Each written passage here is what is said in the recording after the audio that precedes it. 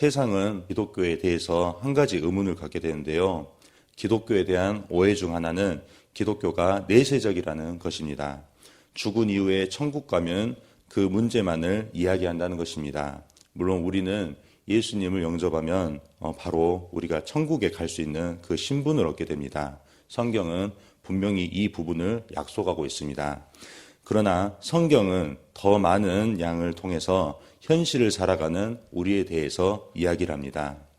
왜냐하면 하나님은 우리의 현실에 관심 없는 분이 아니시기 때문입니다. 우리의 현실에 깊은 관심을 가지시고 우리 현실 속에 찾아 들어오셔서 함께 일하시는 인격적인 하나님이시기 때문입니다. 우리는 생로병사의 틀에 갇혀서 삽니다. 누구나 태어나면 늙고 병들고 죽는 그 틀에 갇혀 살아간다는 것입니다. 이 틀에서 벗어나기 위해 우리 사람들은 무수히 많은 시간 동안 정말 많은 노력들을 했습니다. 그럼에도 불구하고 인류는 이 인생의 틀에서 한 번도 벗어나 본 적이 없습니다. 인류에게 생로병사는 거부할 수 없는 현실이고 이 현실 앞에서 누구나 두려워하고 불안하고 원망합니다. 그리고 결국에는 체념을 하게 됩니다. 그런데 20세기에 들어와서 이 인간의 사고에 획기적인 진보가 있었습니다. 바로 실존주의라는 건데요. 실존주의란 인간이 죽음 때문에 삶을 두려워하고 원망하고 체념하는 것을 이제 거부하는 생각이 일어난다는 것입니다. 인간이 이 살아있는 현재 동안에 주체적으로 살아보자. 그래서 그 현재만을 생각하고 현재를 충실히 살고자 하는 것을 이렇게 주장했다는 것입니다. 이제 최근에 들어서 유행하는 욜로 인생이라는 인생은 단 한 번뿐이니 인생을 즐기자라는 그 주장으로 이 삶에서 실존주의가 어떻게 드러나는지 알게 됐습니다. 하지만 그 실존주의도 놓친 것이 있는데 그 죽음을 생각하지 않고 현재에 대해서 충실히 집중하여서 즐기며 살아간다 해도 결국에는 그 죽음은 다가온다는 것입니다. 결국 죽음을 해결하는 것이 아니라 죽음을 회피하고 망각하게 되는 것입니다.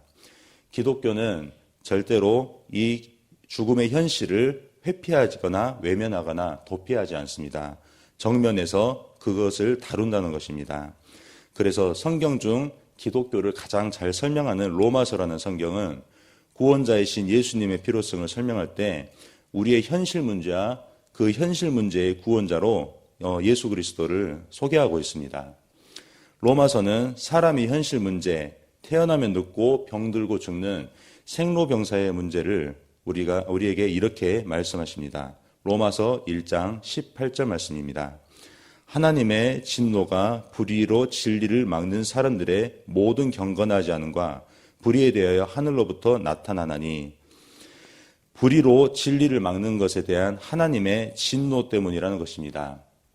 하나님의 진노가 죽은 이후에 나타난 것이 아니라 지금 살아있는 현실에 나타났다는 것입니다.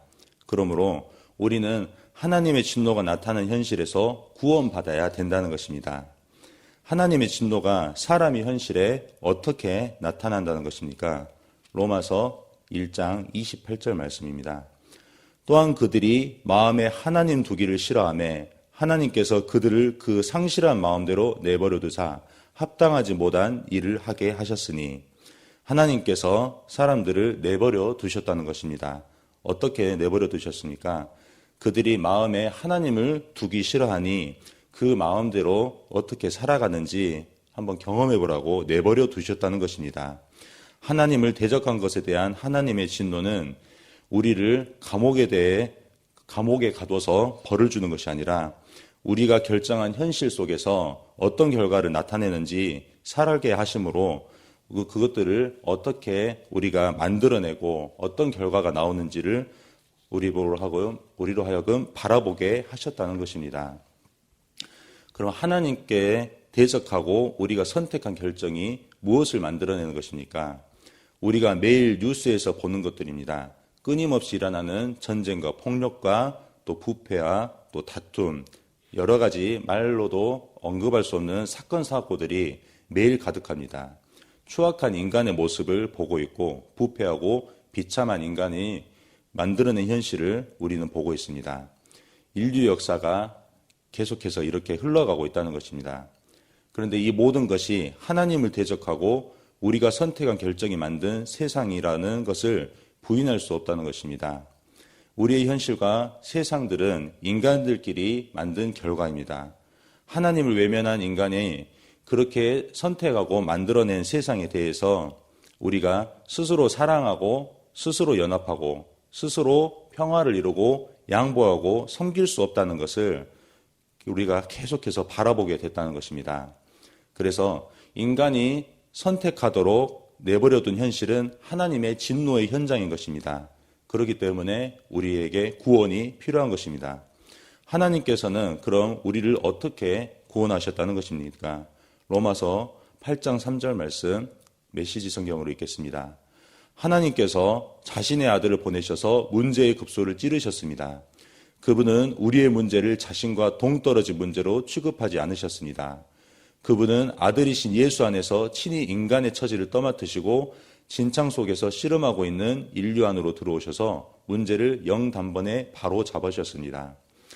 구원이란 인간이 선택한 진창 같은 현실 속에 예수님을 보내셔서 문제를 영단번에 바로잡아 주신 것입니다. 그 단 한 번의 구원으로 우리의 모든 문제를 해결해 주셨기 때문에 영단번에 바로잡아 주셨다는 표현을 쓰는 것입니다. 예수께서 우리와 같은 사람의 모양으로 죽으셨으므로 우리 현실 문제의 대장인 죽음의 문제를 바로잡으셨습니다. 죽음의 두려움에 그 공포에서 해방시키고 그 두려움에서 우리를 해방시킴으로써 우리에게 구원을 주셨다는 것입니다. 예수님은 자신의 죽음을 가지고 어떻게 우리의 죽음을 바로잡아 주셨습니까? 고린도전서 15장 20절 말씀입니다. 그러나 이제 그리스도께서 죽은 자 가운데서 다시 살아나사 잠자는 자들의 첫 열매가 되셨도다. 사망이 한 사람으로 말미암았으니 죽은 자의 부활도 한 사람으로 말미암는도다. 아담 안에서 모든 사람이 죽은 것 같이 그리스도 안에서 모든 사람이 삶을 얻으리라. 예수님께서 죽은 자 가운데 다시 살아나셔서 첫 열매가 되셨습니다. 그리고 예수 안에 있는 사람들에게도 부활의 영광에 참여하게 하심으로 더 이상 죽음이 현실에서 힘을 쓰지 못하도록 하셨다는 것입니다. 인간은 모두 죽습니다. 그러나 예수님으로 인해 새로운 시대가 왔다는 것입니다. 고린도전서 5장 17절 말씀입니다. 그런즉 누구든지 그리스도 안에 있으면 새로운 피조물이라.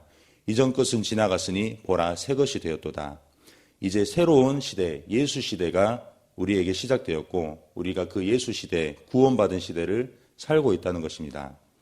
태어나면 늙어가고 병들어가고 죽어가는 것에 끌려다니는 인생에서 여전히 생로병사의 그 틀 안에 살아가고 있지만은 그 생로병사의 틀 안에서 죽어가는 것마저도 선택받고 부르심받고 의롭되게 되고 영화롭게 되는 것에 합력하는 그리고 선을 이루는 인생을 살게 되었다는 것입니다. 우리가 여전히 병들고 늙어가고 죽어갑니다. 그러나 이전에 우리에게 위협적인 것들이 이제 다른 용도로 쓰입니다. 다른 사람을 구원하는 영광스러운 삶을 살아가도록 우리는 계속해서 그 생로병사의 틀 안에서 그들과 함께 있다는 것입니다. 우리가 받은 그 구원이 다만 천국으로 가는 그 단 한 번의 티켓으로만 사용되는 것이 아니라 이제 이 받은 구원이 하나님의 진노 가운데에서 우리를 두려움에서 해방시키시고 그리고 그 두려움에 해방된 그 구원의 기쁨으로 하여금 우리도 복음을 전할 수 있는 예수를 모르고 여전히 생로병사의 틀이라는 한계만 바라보면서 두려움에 떨고 있는 많은 사람들에게 이제 여전히 우리에게 그 삶이 주어졌지만은 그 삶 속에서 예수님을 영접하고 또한 그 예수님을 영접함으로 말미암아 나 역시도 구원의 기쁨을 누릴 수 있고 그 누군가로 하여금 그 구원의 기쁨에 참여하게 하는 복음을 전하는 복음 전달자의 인생을 살아가게 할 수 있다는 것입니다. 그러므로 이제 우리는 누군가를 살릴 수 있는 누군가를 복음을 증거하기 위한 사람으로 대할 수 있는 영광스러운 사명을 가진 자로 살아갈 수 있다는 것입니다. 사도행전 7장 58절 말씀입니다. 성 밖으로 내치고 돌로 칠세. 증인들이 옷을 벗어 사울이라 하는 청년의 발 앞에 두니라. 그들이 돌로 스데반을 치니 스데반이 부르짖어 이르되 주 예수여 내 영혼을 받으시옵소서 하고 무릎을 꿇고 크게 불러 이르되 주여 이 죄를 그들에게 돌리지 마옵소서 이 말을 하고 자니라. 스데반의 이 순교 사건은 바울에게 있어서 구원의 문이 되었습니다. 오늘 우리가 함께 읽은 이 사도행전 28장 30절 말씀은 이 스데반이 순교한 사건 이후 약 25년 후에 일어난 바울의 이야기입니다. 바울 역시도 이 스데반과 같은 죽음의 문턱에 있습니다. 로마로 압송되어서 그 재판 결과에 따라 죽을 수도 있다는 것입니다. 불안하고 두려운 나날이 다가온다는 것입니다. 그러나 바울은 자신의 죽음이 현실에 주눅들지 않게 하였습니다. 그 현실 앞에서도 계속해서 담대하게 누군가를 살리기 위한 복음을 거침없이 전했다는 것입니다. 자신의 그 죽음 가운데서도 이 스데반처럼 주 예수여 저들이 모르고 한 행동이오니 저들의 죄를 사하여 주옵소서 그리고 저들을 구원에 이르게 하옵소서라는 그 고백을 이제 하게 되었다는 것입니다. 로마서 1장 17절 말씀 읽겠습니다. 복음에는 하나님의 의가 나타나서 믿음으로 믿음에 이르게 하나니 기록된 바 오직 의인은 믿음으로 말미암아 살리라 함과 같으니라. 여전히 시험 많고 생로병사의 틀에 갇혀서 우리 스스로를 구원하려는 그 인생 속에서 많은 유혹들을 받고 있습니다. 하지만 오직 우리의 능력은 복음 하나뿐임을 믿습니다. 그리고 그 복음으로 말미암은 그 구원으로 말미암은 그 믿음으로 우리가 계속해서 살아갈 수 있습니다. 바로 성령으로 충만한 삶으로서 이미 우리를 구원하신 하나님께서 또 다시 오실 예수님으로 인한 그 구원의 완성을 이루기 위해 지금도 열심을 내시고 있다는 것을 우리가 계속해서 성령 충만을 구하면서 알아야겠습니다. 하나님께서 하시는 일, 그리고 예수께서 우리에게 하시는 일을 우리는 오직 성령의 충만함으로 깨닫고 그리고 그것들을 입술로 고백하고 다른 사람들에게 그 구원의 기쁨을 전하는 복음 전달자로 살아갈 줄 믿습니다. 이 모든 일들이 우리의 오늘 한날에도 계속해서 살아가는 동안에도 가득하시기를 주님의 이름으로 축원합니다. 아멘. 우리 함께 기도하시겠습니다. 오늘 새벽에 주신 말씀을 묵상하면서 기도하겠습니다. 유치부를 위해서 기도합니다. 유치부 아이들과 섬기는 교사 순장들을 위해서 기도합니다. 유치부 한 명 한 명을 위해서 기도하시겠습니다. 제천마을을 위해서 기도합니다. 마을장 되시는 장로님과 순장, 순원분들을 위해 기도하시겠습니다. 담임 목사님의 가정과 건강과 성령 충만을 위해서 기도합니다. 성령님의 음성에 민감하여 항상 주님과 동행하는 삶을 살아가도록 기도하시겠습니다. 대통령과 나라와 민족을 위해서 기도합니다. 해외 선교하시는 임순택 선교사님, 튀르키예에서 심우하십니다. 농하천 선교 및 도시개척 김은신 목사님, 하순수리교회에서 심우하십니다. 광신대학교를 위해서 기도합니다. 교회들이 광신대를 위해 기도하며 후원하도록 다 함께 기도하시겠습니다.